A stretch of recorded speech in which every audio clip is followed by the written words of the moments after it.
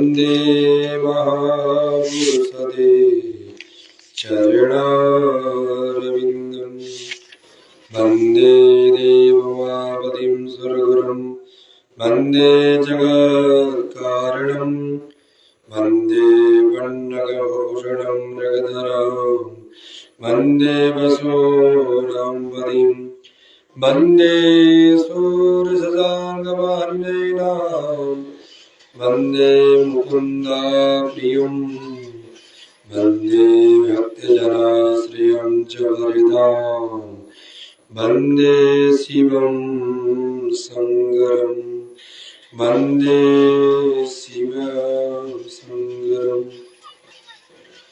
नारायणं नमस्कृत्यं नरं चैव नरोत्तमं देवी सरस्वतीं व्यासं ततो जयमुदीरयेत् अद्भुतवरदानं भीमशैलावदेहं धनुर्गसानं ज्ञानिनामाख्यगणं सकलगुणनिधानं वारणानामधीशं रघुपतिप्रियभक्तं वातजातं नमामि। जय जय श्री राधारमण जय जय नवल किशोर जय गोपीचित चोर प्रभु जय जय माखन चोर। शिव कथा के रसिक गण शिव कथा के रसिक गण शिव कथा के प्रेमी आइए हनुमत बैठिए कृपा करो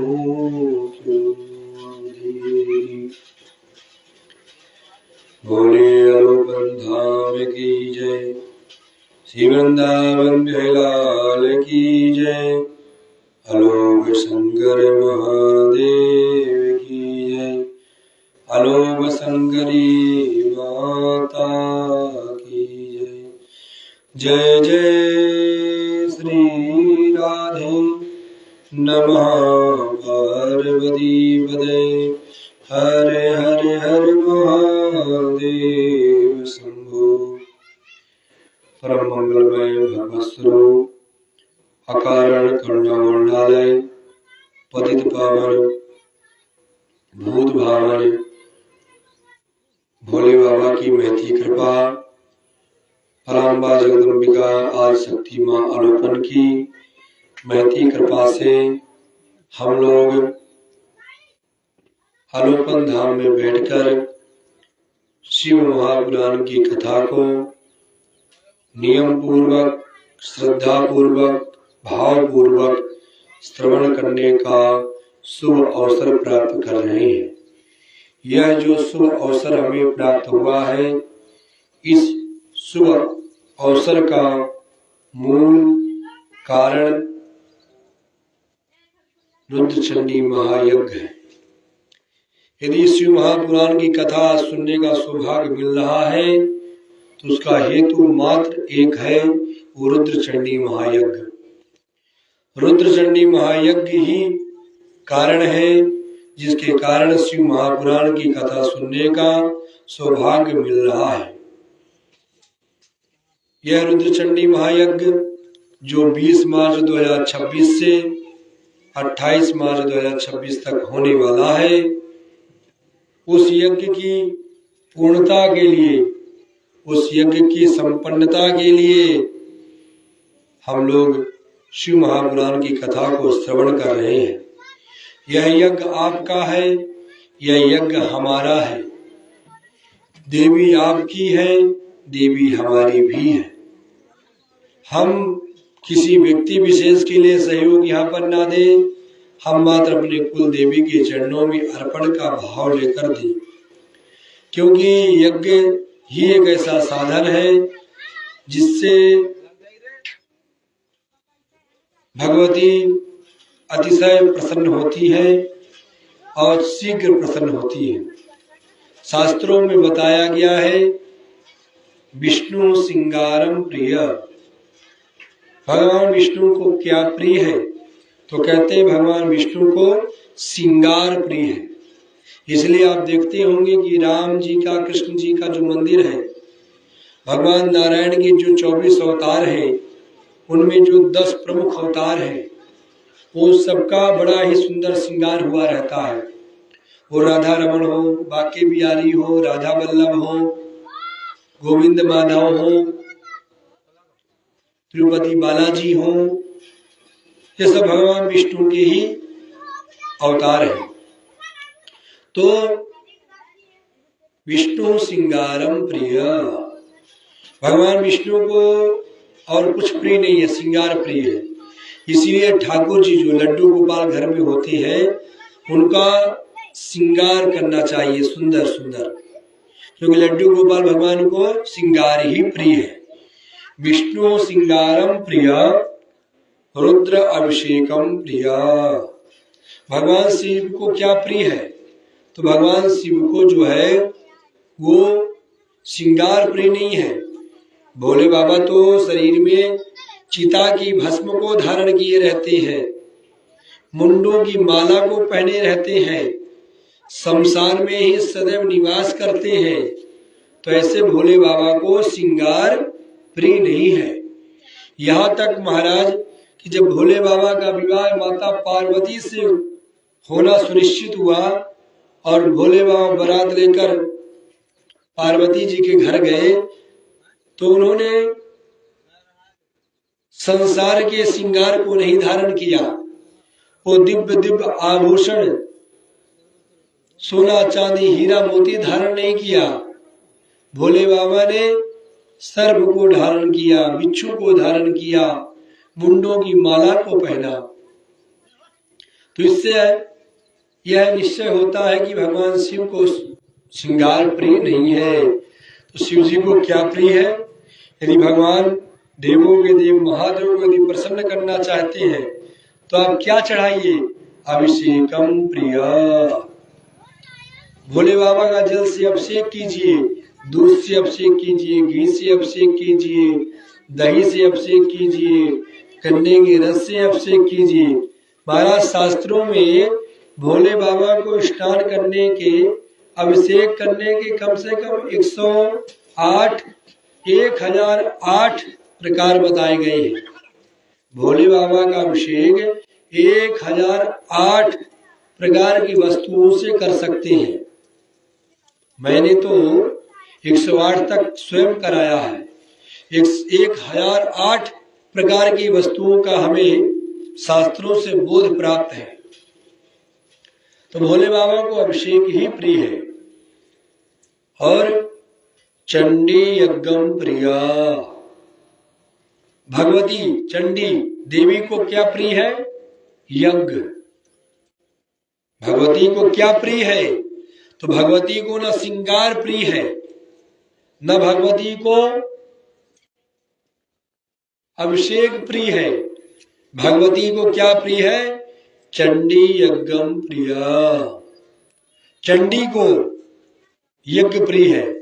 इसलिए शतचंडी यज्ञ होता है, सहस्त्र चंडी यज्ञ होता है, लक्ष चंडी यज्ञ होता है, कोटि चंडी यज्ञ होता है, रुद्र चंडी यज्ञ होता है। चंडी को यज्ञ ही प्रिय है। और यह धाम विशेषतः मां भगवती का ही है, ये अलोपन धाम ही है। यहाँ पर महादेव भी प्राचीन समय से विराजमान है मां भगवती के साथ, लेकिन इस धाम का नाम अलोप शंकर धाम नहीं है। इस धाम का नाम क्या है? अलोपन धाम। देवी के नाम से इस स्थान को जाना जाता है। जैसे कई बार आप घर में देखते हैं नेम प्लेट लगी होती है, तो ये जरूरी नहीं कि जिसने घर को बनवाया है उसी के नाम की नेम प्लेट लगी हो, ये कोई जरूरी नहीं है। कई बार ऐसा भी होता है कि घर किसी ने और ने बनवाया और नेम प्लेट किसी और व्यक्ति की लगी हुई है। तो उसी प्रकार से भोले बाबा यहाँ पर प्राचीन समय से है, लेकिन भोले बाबा जो है मां भगवती को प्रसन्न करने के लिए इस अलोप शंकर धाम को अलोपन धाम नाम दे दिया। महादेव भगवती को प्रसन्न करने के लिए कहा, हे देवी, आज से मैं तुम्हें वचन देता हूं कि इस धाम को लोग अलोप शंकर धाम के नाम से नहीं जानेंगे, इस धाम को लोग अलोपन धाम के नाम से ही जानेंगे। यहाँ पर आपके ही नाम की महिमा होगी, यहाँ पर आपका ही यश गाया जाएगा, यहाँ पर आपका ही पुण्य, आपकी ही कृपा भक्तों के कल्याण का हेतु बनेगा, आपका ही दिया हुआ आशीर्वाद भक्तों के जीवन की विपत्ति को समाप्त करेगा।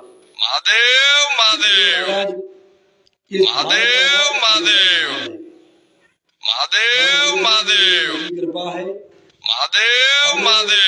ऐसे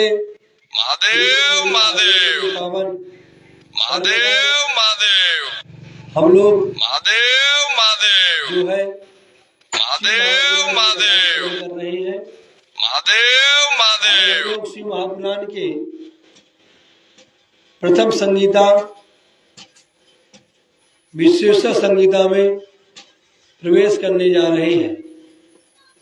विश्वेश्वर संहिता की कथा को हम लोग श्रवण करें, उससे पहले मैं आपको बता दूं कि यह यज्ञ आप सभी के तन मन धन के सहयोग से ही हो सकता है। यदि आप अपनी कुलदेवी के नाम पर यदि दान नहीं करना चाहते हैं तो आपके जीवन को धिक्कार है। ये मानव तन पाकर भी यदि कुलदेवी के नाम पर आपके हाथों से 500 रुपये नहीं निकल रहा है तो आपका जीवन जीना व्यर्थ है। भगवती की कृपा ही आपके और हमारे जीवन को परिवर्तन दे सकता है। यह यज्ञ ही आपके जीवन को सुधार सकता है, यह यज्ञ ही आपके जीवन को बना सकता है। इसलिए यज्ञ में कम से कम 500 रुपए और 5 कुरई गेहूं का ही सहयोग दें। इससे कम सहयोग देने का प्रयास ना करें। यज्ञ विशाल है और विशाल यज्ञ में विशाल धन की आवश्यकता होती है। आज हम लोग शिव महापुराण के प्रथम विश्वेश्वर संहिता को श्रवण करना प्रारंभ करेंगे। अभी तक हम लोगों ने शिव महापुराण के महात्म्य को श्रवण किया। आज से जो शिव महापुराण में संहिता है, जैसे भागवत में स्कंद है ना, उसी प्रकार से शिव महापुराण में क्या है, संहिता, और इस संहिताओं में अध्याय है। तो शिव महापुराण में कितनी संहिता है? 9 संहिता है। 9 संहिताओं में प्रथम संहिता का नाम क्या है? श्री विश्वेश्वर संहिता।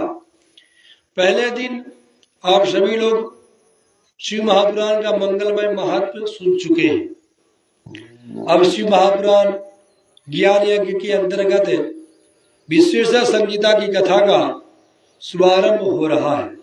सावधान होकर आप सब इसका श्रवण करें। शिव जी की कथा बहुत अद्भुत है।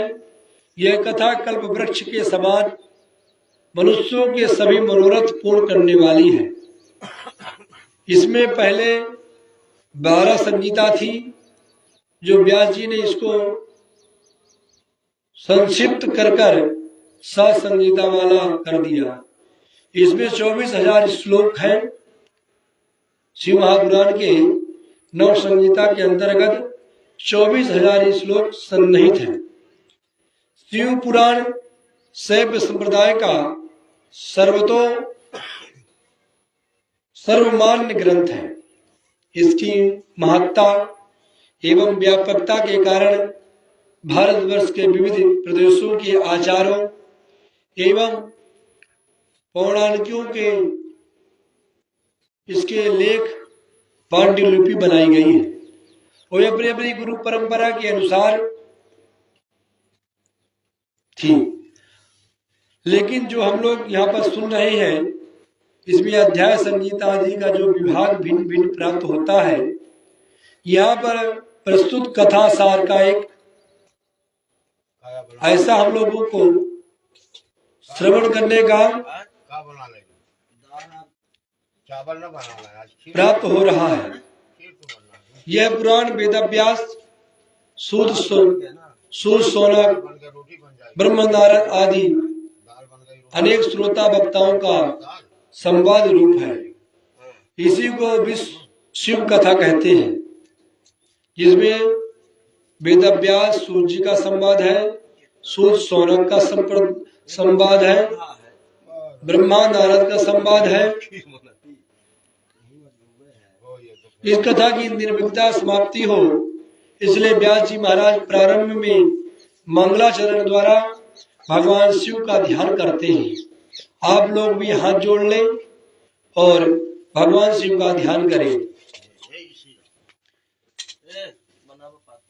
आजंदा मंगल मजाद समान भावरियम तमीस मज राम महात्मदेवम पंचाननम प्रबल पंच विनोदशीलम संभावै मनसि संगरमंबिकेशम। जो आदि और अंत में तथा मध्य में भी नित्य मंगल है, जिनकी समानता अथवा तुलना कभी भी नहीं है, जगत की समानता से सर्वथा परे है, जो अजर अमर आत्मा राम है, जिनके 5 मुख हैं और जो खेल ही खेल में अनायास जगत की रचना, पालन और संहार तथा अनुग्रह एवं तिरोभाव स्वरूप 5 प्रबल कर्म करते हैं। भगवान शिव के जो 5 मुख हैं, उन 5 मुखों की विशेषता है बाबा जी। भगवान शिव के 5 मुख क्यों हैं? ये 5 मुखों के द्वारा क्या होता है? तो शिव महापुराण के प्रारंभ में व्यास जी बताते हैं कि 5 मुखों का क्या मतलब है, क्या लॉजिक है। तो कहते हैं प्रथम मुख से जो है ना, इस जगत की रचना होती है प्रथम मुख से। द्वितीय मुख से जगत का पालन होता है। महादेव के तीसरे मुख से संसार का प्रलय होता है। और चौथे मुख से क्या होता है बाबा जी? संसार के ऊपर अनुग्रह होता है। और 5वें मुख से क्या होता है? तिरोभाव होता है। ये जो भगवान के 5 मुख हैं, जो खेल ही खेल में ये 5 प्रकार के कर्म करते रहते हैं।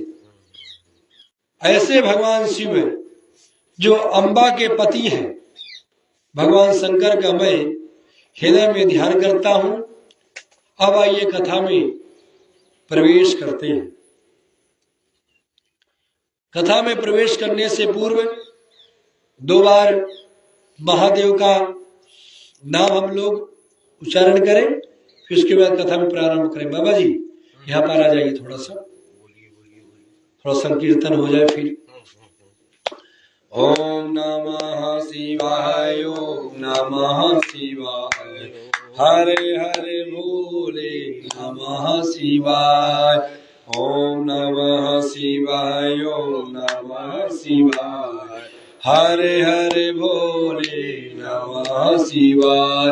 शिव गंगाधराय, शिव गंगाधराय, हरे हरे भोले नमः शिवाय। शिव गंगाधराय, शिव गंगाधराय, हरे हरे भोले नमः शिवाय। ओम नमः शिवाय, ओम नमः शिवाय, हरे हरे भोले नमः शिवाय। शिव रामेश्वराय, शिव रामेश्वराय, हरे हरे भोले नमः शिवाय। ओम नमः शिवाय, ओम नमः शिवाय, हरे हरे भोले नमः शिवाय।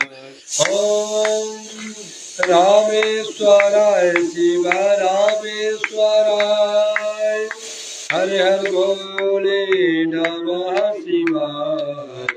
ओम नमः शिवाय। ओम नमः शिवाय।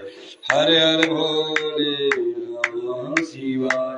नमः पार्वती पदे हर हर महादेव शंभो। श्री वेदव्यास जी महाराज कहते हैं, एक समय धर्म क्षेत्रे महाक्षेत्रे गंगा कालिंदी संगमे प्रयागे परमे पुण्ये ब्रह्मलोकस्य वर्तमनि। व्यास जी महाराज कहते हैं, एक बार की बात है, धर्म क्षेत्र महाक्षेत्रे गंगा कालिंद संगमे, एक धर्म क्षेत्र एवं महाक्षेत्र स्थान है जहाँ पर गंगा जमुना सरस्वती का संगम होता है। गंगा कालिंदी, जहाँ पर गंगा जी और जमुना जी का संगम होता है। पुण्य ब्रह्मलोकस्य वर्तमनि, उस परम पवित्र तीर्थ क्षेत्र प्रयाग जो कि ब्रह्मलोक का मार्ग है, उस परम पुण्यदायक प्रयाग नामक स्थान में सत्य व्रत में तत्पर रहने वाले महातेजस्वी ऋषियों ने एक बहुत बड़े विशाल यज्ञ का आयोजन किया। उस ज्ञान महायज्ञ का आयोजन सुनकर पुराणों के श्रोता महामुनि व्यास जी के शिष्य श्री सूत जी महाराज दर्शन करने को आए। सूत जी महाराज को आते देख वे सब बड़े बड़े ऋषि मुनि प्रसन्नचित्त हो उठ खड़े हुए और सबने उनका स्वागत किया। तत्पश्चात वो सभी विनय पूर्वक हाथ जोड़कर श्री सूत जी महाराज से कहना प्रारंभ किया।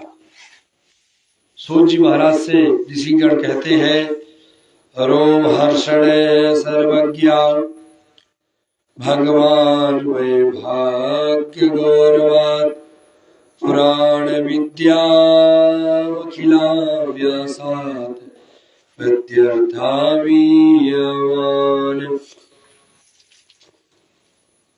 ऋषिगण कहते हैं, सूत जी महाराज, रोम हर्षण सर्वज्ञ भगवान वै भाग्य गौरवात्, पुराणों के प्रमुख वक्ता श्री सूत जी महाराज रोमहर्षण ऋषि पुत्र थे।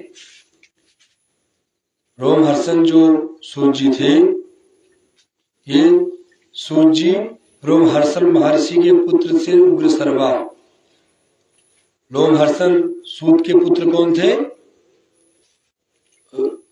लोमहर्षण ऋषि के जो पुत्र थे वो श्री उग्र सर्वा थे। श्री लोमहर्षण ऋषि वेदव्यास जी के पौराणिक शिष्य थे। महाभारत युद्ध के काल में मेघ जब भारत भूमि पर मंडलाने लगे तो भगवान बलदाव जी निराश हो युद्ध की विभीषिका को दूर करने के उद्देश्य से तीर्थाटन करने के लिए द्वारका छोड़कर चले गए थे। नैमिषारण्य क्षेत्र के श्री रोमहर्षण ऋषि अन्य ऋषियों एवं ब्राह्मणों के साथ यज्ञ अनुष्ठान में सम्मिलित थे। दाऊ जी को देखकर अन्य सभी ऋषि ने खड़े होकर उनका स्वागत किया, किंतु जो लोमहर्षण ऋषि थे वो खड़े नहीं हुए। उन्होंने अभिवादन भी नहीं किया। दाऊ जी ने इसे अपना अपमान समझकर एक कुश अभिमंत्रित कर ऋषि रोमहर्षण के ऊपर फेंक दिया, जिससे रोमहर्षण ऋषि की तत्काल मृत्यु हो गई। आचार्य रोमहर्षण की मृत्यु से सभी ऋषि ब्राह्मण क्रोधित होने लगे। तब दाऊ जी उनके समाधान का चिंतन करने लगे। तो दाऊ जी ने स्वयं ही ब्रह्महत्या के निवारणार्थ ऋषियों से जिज्ञासा की। ऋषियों ने समाधान बताया कि आप ऐसा कार्य करें जिससे आपके शस्त्र पराक्रम की रक्षा हो, हमारे द्वारा दिए गए आशीर्वाद की भी मिथ्या ना हो, तब ब्राह्मण की मृत्यु का प्रायश्चित भी हो। भगवान बलराम ने सूत पुत्र उग्र सर्वा को यह वरदान दिया। लोमहर्षण ऋषि जो थे व्यास जी के पुत्र थे। दाऊ जी के प्रहार के कारण वो मर गए थे। दाऊ जी के ऊपर ब्रह्महत्या लग गई, तो दाऊ जी जो है वो लोमहर्षण सूत के पुत्र जो उग्र सर्वा थे, उनको दाऊ जी ने वरदान दिया कि उनमें उनके पिता के समस्त गुण, विद्या एवं अन्य विद्याएं यथावत समाहित हो जाए। बलराम जी ने आत्मा वजायते पुत्र यह चरितार्थ कर दिया। उग्र सर्वा में पिता की आयु तथा गुण समाहित करके ब्राह्मण द्वारा लोमहर्षण जी को दिए गए आशीर्वाद की पूर्ति कर दी। बलराम जी को ब्रह्महत्या के निवारण के लिए तीर्थाटन का मुनिषियों ने परामर्श दिया। उस तरह तो उग्र सर्वा जी श्री सूत जी कहलाने लगे। वैसे सूत जो है, सूत वाचा, ये प्राय किसके लिए है? लोमहर्षण ऋषि के लिए। लेकिन एक 17 पुराणों की रचना लोमहर्षण ऋषि ने किया है। लेकिन जब बलराम जी ने लोमहर्षण जी का वध कर दिया, तब उग्र सर्वा को, जो लोमहर्षण ऋषि के पुत्र थे, उनको बलराम जी ने आशीर्वाद दिया कि सभी पिता के गुण, धर्म, भक्ति, ज्ञान सब तुम में समाहित हो जाए, आत्मा वजाते पुत्रा चरितार्थ हो जाए और तुम्हारे अंदर ज्ञान आ जाए। तब जो उग्र सर्वा सूत थे, उनके पुत्र वो सूत कहलाने लगे। तो वही यहाँ पर लिखते हैं कि रोमहर्षण सर्वज्ञा भगवान में भाग्य गौरवाद। वे रोमों को हर्षित करने वाले श्री सूत जी अब बड़े भाग्यशाली हैं, जो कि आपने वेदव्यास जी के द्वारा संपूर्ण पुराण प्राप्त किए। आप इसलिए भी ज्ञाता हो। अतः आप इस संसार में जो भी भूत, भविष्य और वर्तमान से संबंधित और जो कोई अन्य वस्तु है, आप उन सब वस्तु तत्वों को जानते हैं। हम सबका परम सौभाग्य है जो आप यहाँ पधारे। आपका आगमन कल्याणकारी होता है। हे सूत जी, आपसे हम सब पहले कथा श्रवण कर चुके हैं, फिर भी आपसे कुछ पूछने का मन होता है, कुछ जानकारी लेने की इच्छा हो रही है, क्योंकि हमें कथा सुनने की बारंबार इच्छा होती है। श्रद्धालु और प्रेमी शिष्यों को गुरुजन गोपनीय बातें भी बता देते हैं, इसलिए कृपा कर यह सब बताएं। और इस प्रकार से रोमहर्षण सूत जी से सभी ऋषिगण बड़ा आग्रह और निवेदन करते हैं। हम लोग इसके आगे की कथा कल श्रवण करेंगे। बस आज कथा को यहीं पर विश्राम। महादेव महादेव निवेदन है। महादेव महादेव बंधन से महादेव महादेव यही महादेव महादेव द्वारा होने वाला है। महादेव महादेव 10 रुपया 20 महादेव महादेव यज्ञ की मर्यादा, धाम की मर्यादा को महादेव महादेव आप हमारा अपमान नहीं, महादेव महादेव आप 10 रुपया धाम का अपमान कर रहे हैं, महादेव महादेव देकर आप भगवती का अपमान कर रहे हैं। इसलिए सम्मान जो सम्मानित सहयोग है, उस सहयोग को इस यज्ञ में प्रदान करें। आप सभी से यही निवेदन है। नमः पार्वती पतये हर हर महादेव शंभू।